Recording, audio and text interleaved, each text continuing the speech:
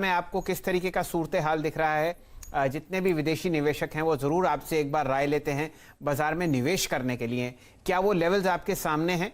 राय दीजिए बाजार के सेंटिमेंट पर और अपने 2 ट्रेडिंग आइडियाज शेयर कीजिए। तो देखिए, आज तो आपको सांस लेने की जगह नहीं है, क्योंकि आपको दिख ही रहा है कि there were some people who have used this rally in the morning to sell and that is expected. Shailendra ji, देखिए, globally higher yields are very very beneficial for global market, क्योंकि वहाँ cost of money is low. लेकिन because इतना inflow आया है आपका ETF से in India, there will be some amount of repatriation from the FI side, और इस कारण से ये ईटीएफ सेल ऑफ है। This is nothing much. Now you have to take it with a pinch of salt के सारी bad news is getting in. 14,500 I think is a very very strong resistance according to me on the technicals. It can be breached for a day or so. But आप आगे का देखिए, are higher yields going to be there for long? The Fed has indicated himself, and I think ये एक बहुत अच्छी opportunity to get into good stocks, क्योंकि local mutual funds which are sitting on cash, I think they will be now very very big contrarian buyers. So definitely pain in the short term, but much gains in the longer term.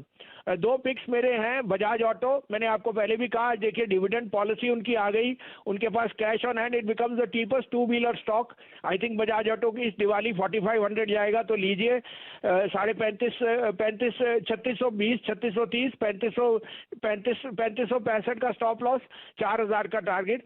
दूसरा bye होएगा बंधन bank. मुझे बंधन bank बहुत पसंद है, उसमें सारी न्यूज जो है नेगेटिव आ चुकी है, और जैसे जैसे आसाम और उनके बाकी बिजनेसेस खुलेंगे, I think it will be in a very sweet spot. 3536 में लीजिए।